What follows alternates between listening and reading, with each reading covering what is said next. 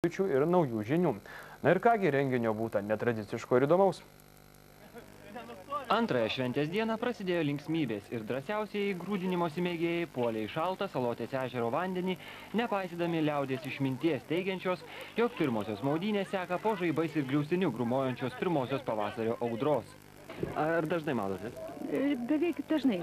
Žiemą ne visada, ne kiekvieną, tada, kada yra kiti. Ar šiemet pirmą kartą? Ne, žinoma ne. Bet kartą savaitę, 2 kartus savaitę visada.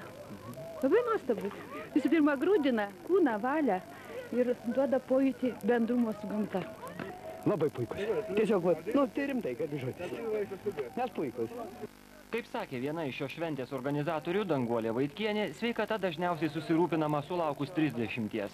Tačiau savo kūnų, kaip ir siela, reikia rūpintis visą gyvenimą. Grūdinimasis maudynėse eketėje, kaip ir vaikščiojimas po įkaitintas žarijas, reikalauja tam tikro dvasinio pasirengimo, bet svarbiausia – geros nuotaikos. Tad po vidurdienio Vingio parke skambėjo dainos. Patys aktyviausiai sveikos gyvensenos šalininkai galėjo paragauti sveiko maisto bei parsinešti namo įvairių grūdų ar miltų kepimui. Šio renginio kulminacija tapo drąsuolių vaikščiojimas po įkaitintas žarijas. Sveikam žmogui nebaisus. Mažeikių sveikuoliai maudėsi šaltame Ventos vandenyje, mankštinosi, vaišinosi sveikų maistu. Norintys galėjo pasitikrinti ir įvertinti savo sveikatos lygį, bei sužinoti, ką daryti, kad ji būtų dar geresnė. Žinoma, po šios sveikatos bangos, jau 21, sveikuolių būrys dar pagausės.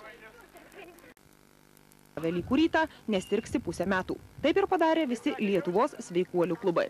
Visą savaitę iki atvelykio vyko sveikatos šventės Kelmėje, Pakruojyje, Lentvaryje, Panevėžyje. Pasaulio sveikatos dienai skirti renginiai artimiausių metų pasieks ir Kudirkos naumiestį, Salantus, o balandžio 19-20 dienomis didysis visų sveikuolių susibėgimas bus Anykščiuose, kur vyks didelė laimės žiburio šventė. Ačiū, kad buvote su Sporto studija, likite sveiki ir labos nakties. Gime į Anykščius, laimės žiburys.